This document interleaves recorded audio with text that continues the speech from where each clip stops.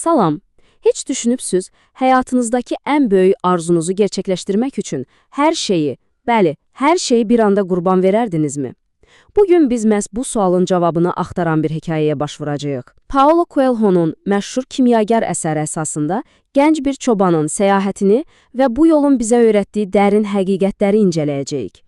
Baxın, bütün hekayə əslində bu cümlənin ətrafında fırlanır. Bir arzunun gerçəkləşə biləcəyi ehtimalı.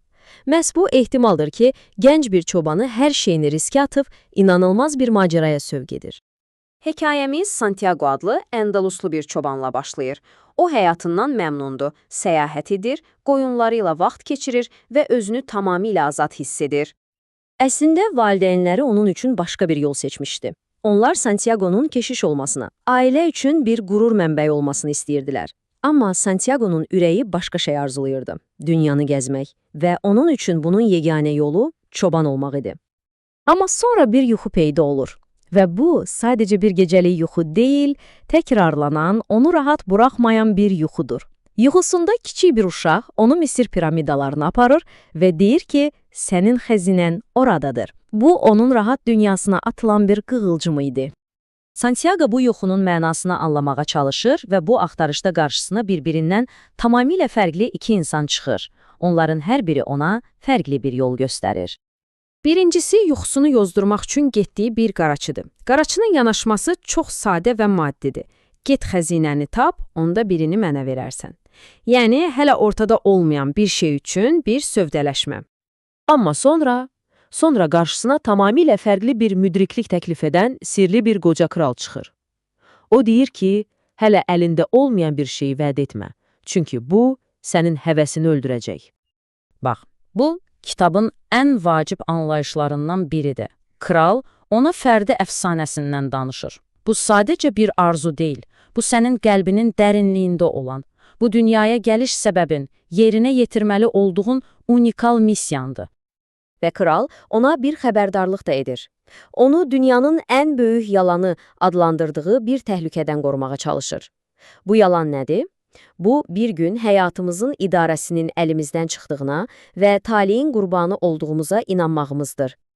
Nəhayət, getməzdən əvvəl kral ona xoşbəxtliyin sirri haqqında unudulmaz bir dərs verir. Deyir ki, get, dünyanın bütün möcüzələrini kəşf et, amma eyni zamanda əlindəki qaşıqda olan 2 damla yağı da dağıtma.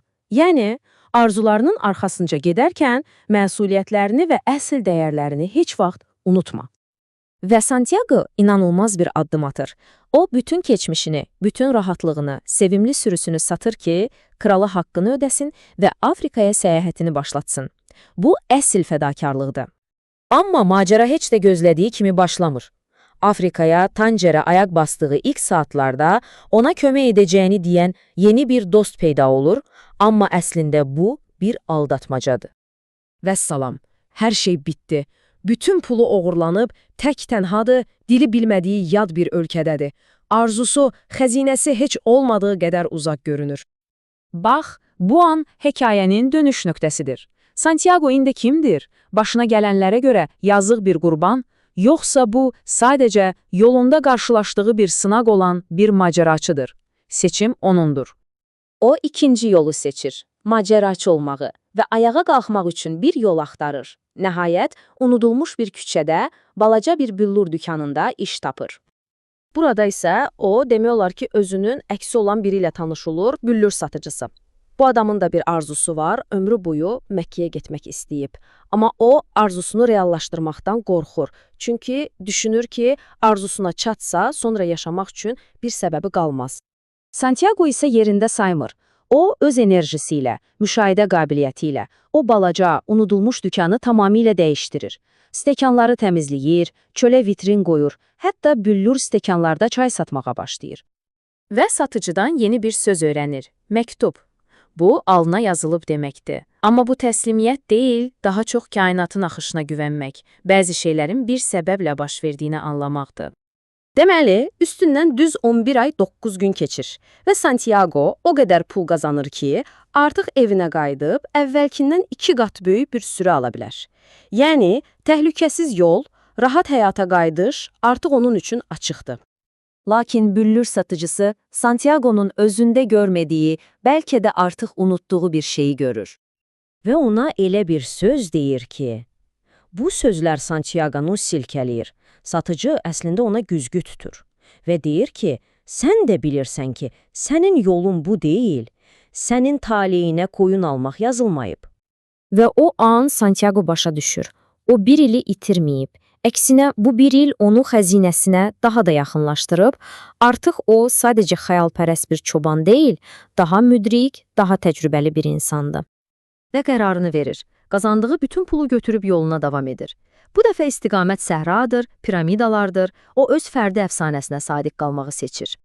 Yaxşı, bəs bütün bunların sonunda gəldiyimiz nəticə nədir?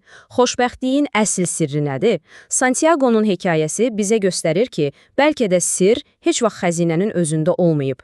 Bəlkə də əsl xəzinə o xəzinəyə gedən yolun özüdür. O yolda öyrəndiklərimiz, o yolda göstərdiyimiz cəsarətdir. Bəs sizin fərdi əfsanəniz, o sizi hara aparır?